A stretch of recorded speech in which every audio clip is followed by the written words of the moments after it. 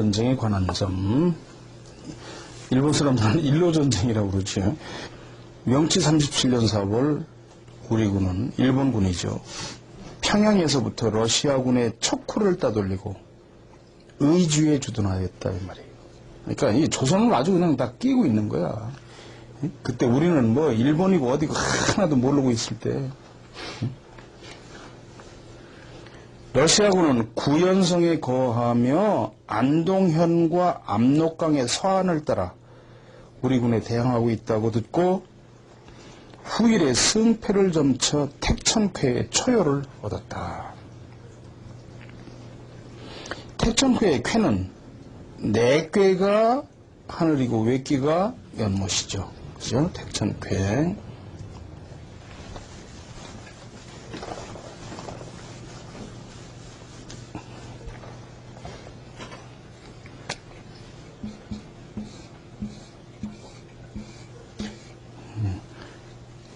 항상 하꾀를 내꾀라고 그러고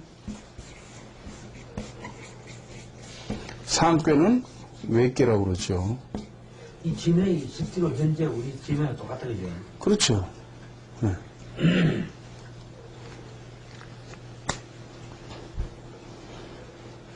초유를 얻었다. 여기요.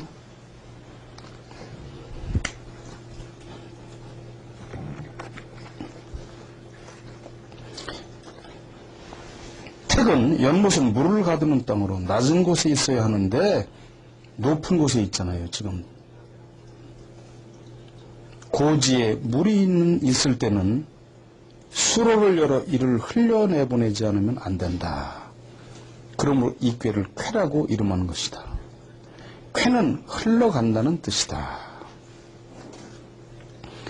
오양이 연대하여 이름을 흘려보내는 산이기 때문에, 그죠? 여기서부터 하나, 둘, 셋, 넷, 5개의 양이 요 이름을 흘려보내죠. 그죠? 이게 음력 3월의 꾀죠. 예. 음력 4월이 되면은 양이 다 커서 건꾀가 되잖아요. 그죠?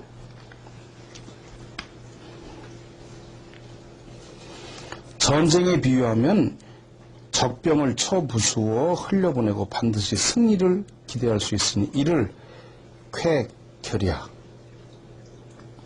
강결유야라고 하는 것이다. 그러나 삼효가 되지 않으면 음양이 응하지 않아 효과가 나타날 수 없으므로 지금 초열을 얻었다는 것은 시운이 아직 이르지 않았다는 것으로 급진할 때는 의외의 차질이 생길 수 있으니 이를 장어전지 왕부승 우이구 나가는 발걸음이 강장하지만 가서 이기지 못하면 헛물이 되리라 라고 하는 것이다.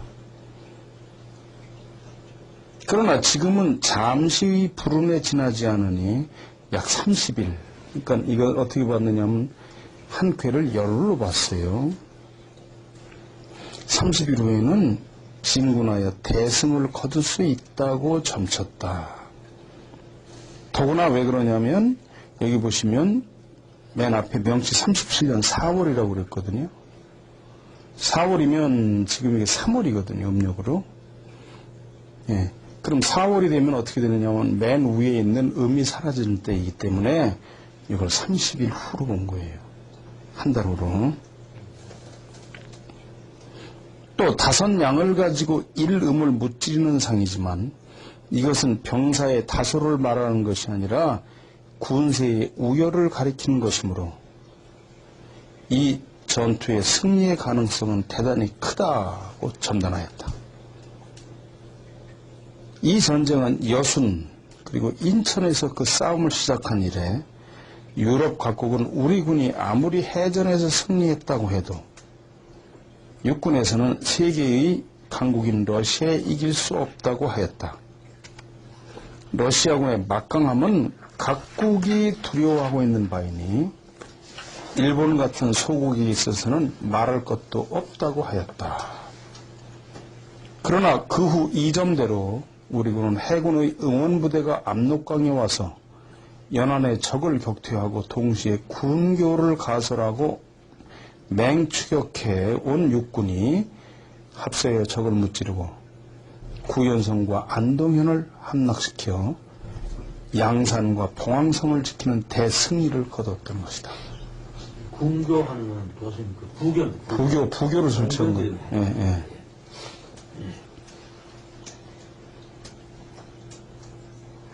명치 37년 11월 1일 여순의 전투 결과를 점쳐 뇌천대장의 초열을 얻었다.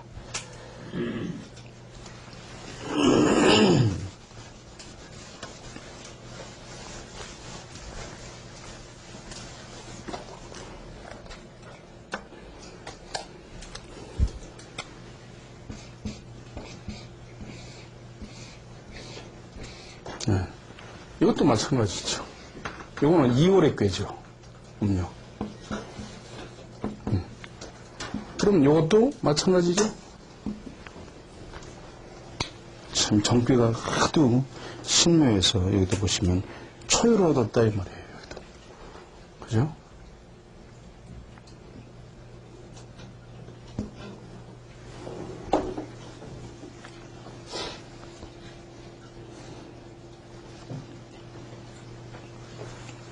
대장께는 우리는 사양의 연대에 적의 이음을 압도하는 성이니 우리 세력이 성함으로 대장이라 한 것이다. 지금 초유를 얻었다는 것은 이효는 본월에 해당하고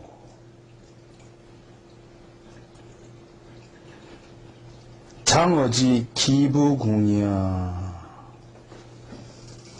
그 발걸음이 강정하니 그 믿는 바가 막히다라고 한 사가 있다 이 말이죠. 이 꾀에는 전승의 기운이 있지만 때까지 익지 않았으므로 장어지. 발걸음이 강장하다. 라고 하고 힘차게 진군할 수 없기 때문에 정흉. 나가면 흉하다. 정벌하면 흉하다라고 한다. 12월은 이효에 해당하고 그 사이에 정길이라고 있고 이 효는 강한 가운데 있으니 오효의 적의 응전에 승리할 수 있는 상이고 승략이 확정될 때이다.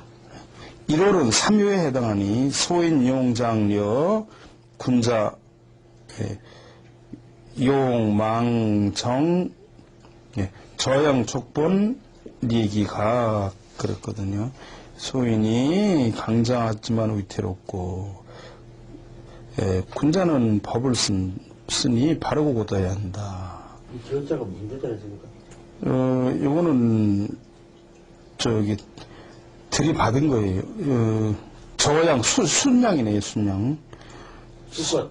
순양이 촉본 울타리를 들이받고 리기가 그 뿌리 괴롭다라는 사가 있다.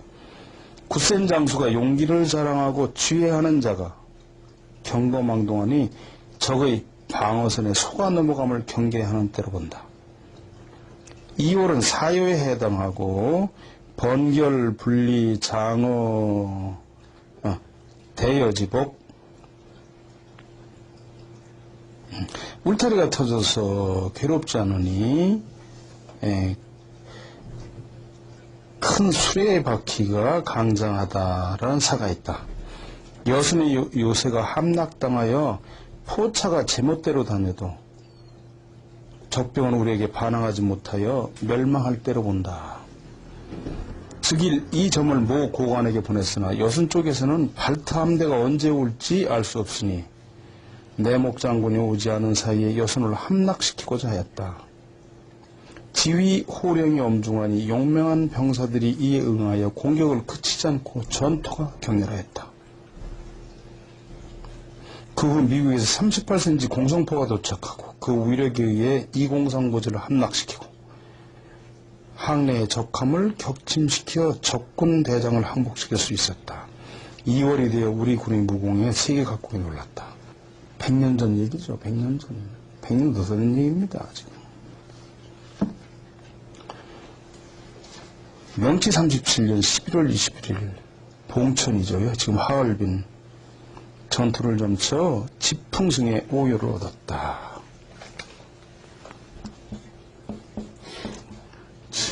뭐 이거 파죽지세지 뭐. 이렇게.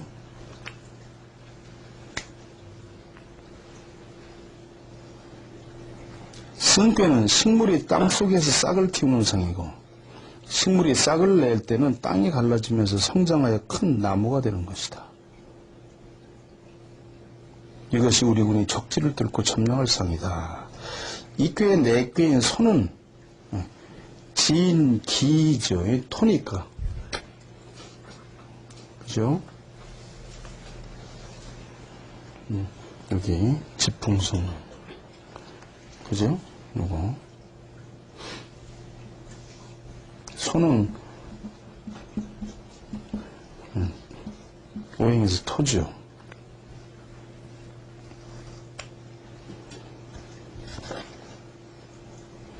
외계인 고는 방각으로 그 사이에 있는 오는 남이다 이 말이죠. 손이 토란 말은 무슨 말이죠? 팔괘를 오행에다 붙입니다. 그렇게 해서. 예.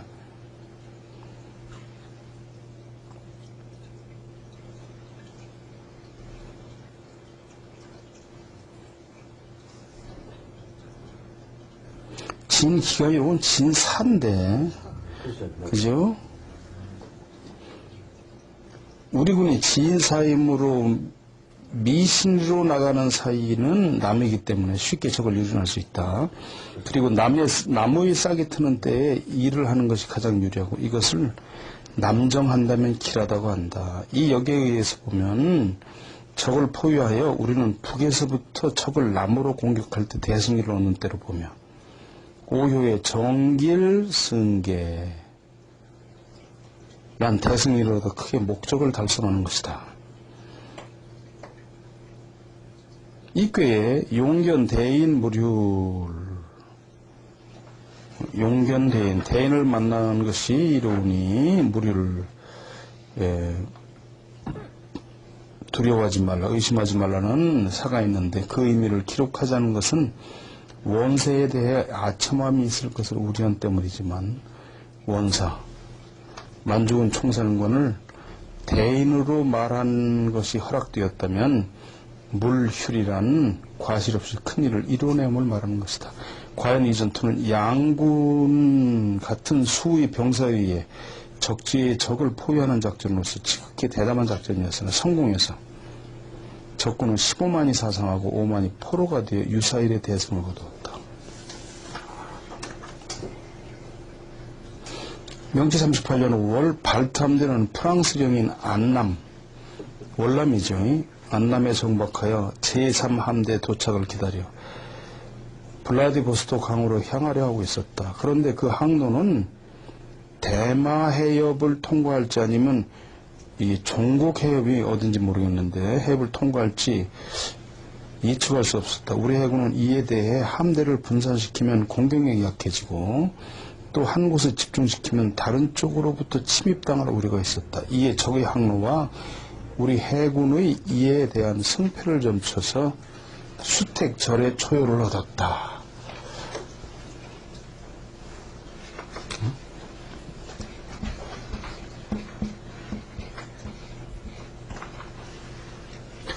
절의 초요를 얻었다.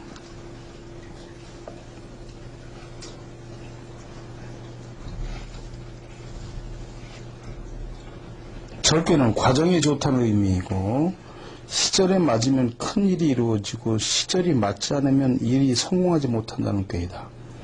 내 꾀인 태는 기뻐함이고 외꾀인 수는 위험함이기 때문에 기꺼이 위험에 빠질 상인이 우리 군이 가장 막강할 때이다. 지금 초유로였지만 그 사이에 풀치로정 무구 문 밖에도 나가지 않아야 허물이 없다라고 하는 거죠. 우리 함대가 번거지로 움직이지 않아야 함을 말하고 지통세계란 통하고 막힘을 한다라고 하는 것은 적이 반드시 올 항로를 알고 이것을 막을 준비를 해야 함을 말하는 것이다. 그러나 지금 우리 함대의 번거지가 어디인지 아무도 모르고 이미 이 책략이 있음을 알고 있기 때문에 아무것도 말할 수 없다. 이 사람은 알고 있었던 거야.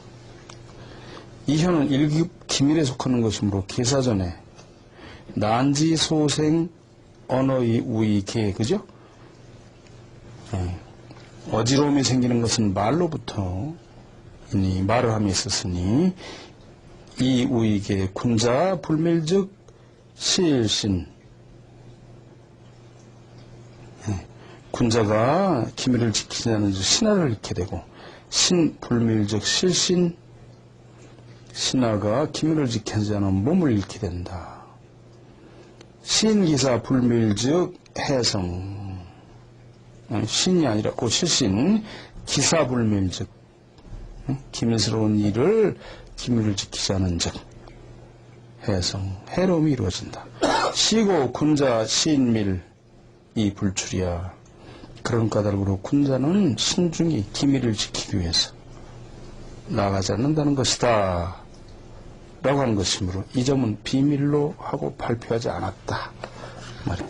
우리나라가 러시아와 전쟁을 일으키고 나서 이미 20여 개월 우리 군은 바다에서 육지에서 대승을 거두었으나 저쪽은 사상자가 많고 참담한 상황은 말로 다 하지 못할 지경이다. 이에 미국 대통령의 인도주의적인 강화 권고안을 받아들여 양국은 서로 전권 구현을 미국에 파견하여 강화 조약을 맺게 되었다. 러시아는 외티가 이를 맡았고 우리나라는 소천 전권 대사가 명을 받들어 거행하게 되었는데 그 결과를 점쳐 천수송 이유를 얻었다.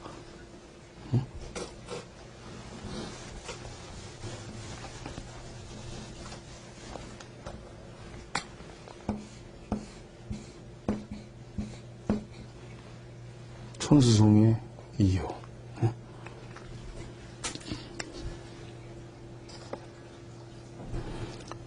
송괴는 상괴의 천은 기체이죠. 하늘은 하늘로 올라가고 하괴인 수는 액체에서 아래로 내려가므로 서로 화합하지 못하는 상이기 때문에 인사에 비유하면 피차의 의지가 서로 이해되지 못하고 평소에 친함을 버리고 공개적으로 이치와 비리를 다투니 송이라 한다. 송은 이 송사죠. 송은 다툰다는 뜻이지만 이 꾀는 감의 자에서 건의 수레로 향하는 상이다. 그죠? 네. 감은 북쪽이니까요. 태양의 운행은 수레에서 자로 향하는 것이 순서인데 이것은 거꾸로 임을 보면 인사에 있어서도 여군의 때임을 알 수 있다. 원래 시비를 다투는 끝에 전쟁이 되었고 우리는 백전백승 후이므로 충분히 유리하지만 러시아는 불리하기 때문에 어떤 억지를 써서라도 우리에게 대항할 것이다. 왜냐하면 러시아는 강탈주의에 의해 건국되어 사람을 죽여 영토를 빼앗는 것을 일삼아 약한 나라를 합병하고 그 주민에게 수배의 중세를 과하며 또한 그 주민 모두를 병역에 내몰아 전쟁을 일으키고 타국을 침략해서는 종교의 상위를 이유로 적과 싸울 때는 병사를 잃는 것을 마다하느니 마치 습득한 금으로 도박을 하는 듯하다. 이러하기 때문에 교전국은 군민 동치주의에 따라 무고한 백성을 죽이며 어쩔 수 없이 토지를 할애하고 양보하는 조약을 맺어 전쟁을 끝내는 것이다. 유럽 각국은 연합하여 방위하고 러시아와 일이 생기지 않도록 하는 것을 상책으로 여기고 있다. 이런 오랫동안의 습관으로 러시아의 상하인심은 합병, 쟁탈, 권모술수를 가지고 인간 무상의 일을 벌이고 있으니 이런 생각이 굳어져 악을 악으로 생각지 않는지 학문로 하는 것도 지식을 연마하는 것도 모두 이런 야망을 만족시키기 위함이다.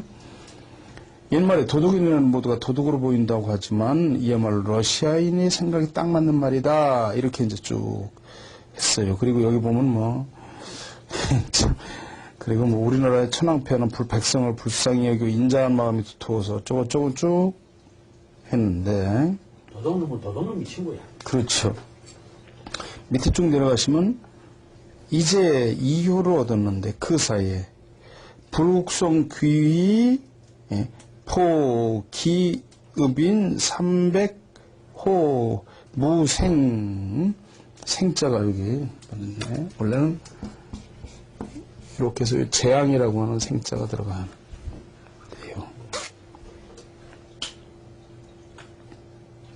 이길 수 없어 돌아와 수문이 그 읍사람 300호가 재앙이 없다.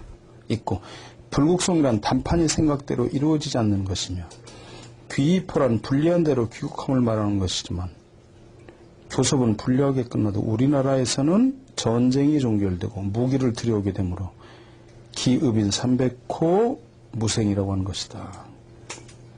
300호란 어떤 물건의 큰 수를 말하는 것이다.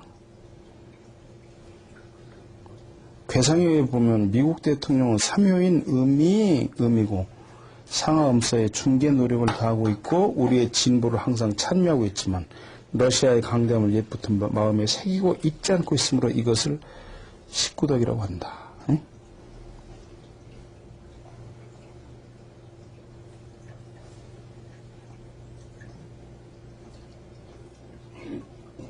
이제 결과적으로 보면 이게 이제 그렇게 잘 안 됐다는 거죠. 그때 당시에는.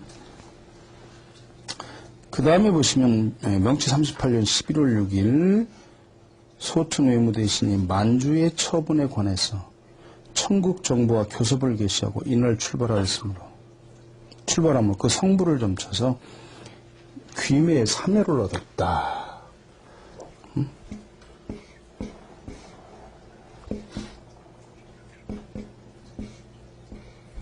그죠? 사멸을 얻었다.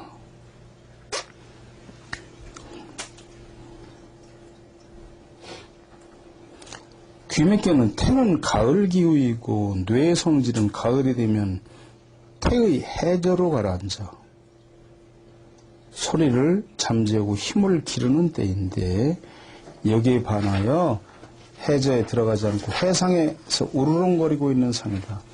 이것을 인사에 비유하면 태인 소녀가 음란하여 진인 장남을 사모해 직접 남자에게 다가가 유혹하려 하지만 남자는 그 여자의 부정을 꺼려 피하려는 모양이므로 귀매를 하고 소춘 씨의 천국에 대한 교습은 이와 같이 시기에 맞지 않는 기운이 있다. 지금 사멸을 얻은 것은 소녀가 남자에게 다가가지만 남자가 허락하지 않으니 머리를 숙이고 양보하여 저쪽을 맞아들이는 의미가 있다. 이것을 귀매이수 반기위체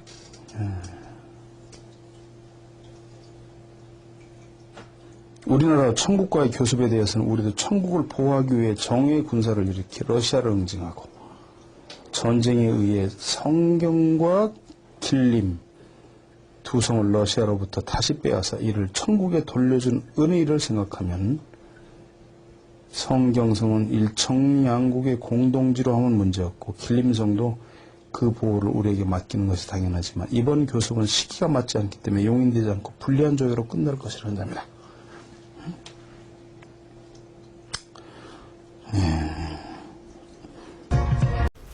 여러분도 주역점을 치실 수가 있습니다. 우선 준비물은 서죽이 있어야 됩니다. 바로 이게 서죽인데요. 50개의 대나무로 되어 있습니다.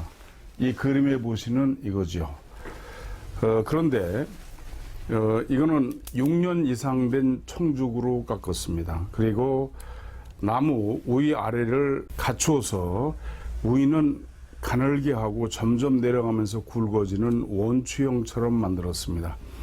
국내에서는 이걸 만들 수가 없습니다. 왜냐하면 이만큼 마디가 없는 긴 대나무가 거의 없습니다.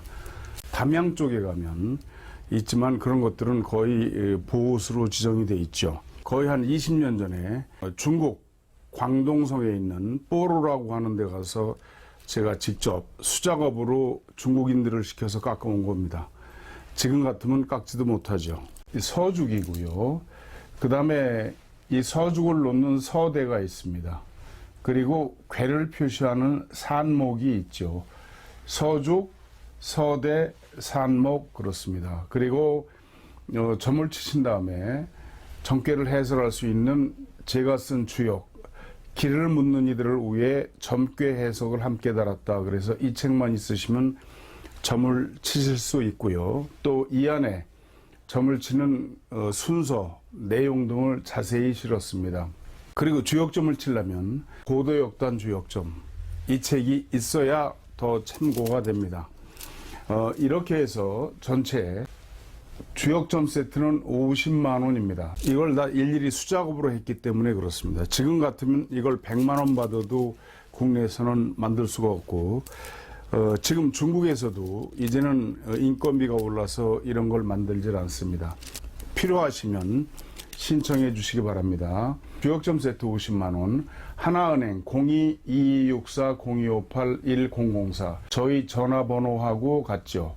한국역학협회로 50만 원 입금하시고 전화 02-2264-0258로 주소, 성함 불러주시면 월간 역학 한 권 12,000원입니다. 동봉해서 함께 보내드리겠습니다. 많이 신청해 주시기 바랍니다.